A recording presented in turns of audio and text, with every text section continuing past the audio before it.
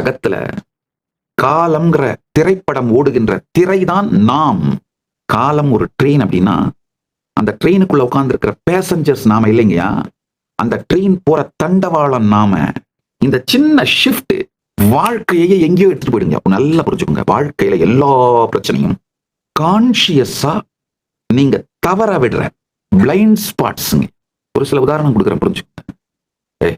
ஒரு தண்ணி அடிக்க முடியல, ஒரு சிகரெட் பிடிக்க முடியல, ஒரு பிரியாணி சாப்பிட முடியல அப்படின்னா இதெல்லாம் இல்லாம வாழ்ந்து என்னடா புண்ணியம்?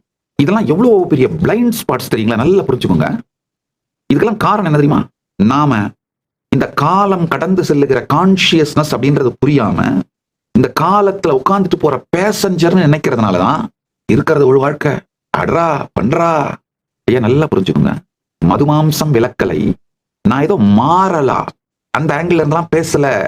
உங்களுடைய பிரத்யேகாத்ம சைதன்ய ஜாக்கிரதத்திற்கு, ஜீவன் முக்த தன்மையை வெளிப்படுத்துவதற்கு, உங்கள் முழுமைத்தன்மையை வெளிப்படுத்துவதற்கு இதெல்லாம் மிகப்பெரிய பிளைண்ட் ஸ்பாட்டா இருந்து உங்களை சறுக்கி விட வைக்கின்ற செயல்கள் அப்படிங்கிறதுனாலதான் இதையெல்லாம் சொல்றேன்.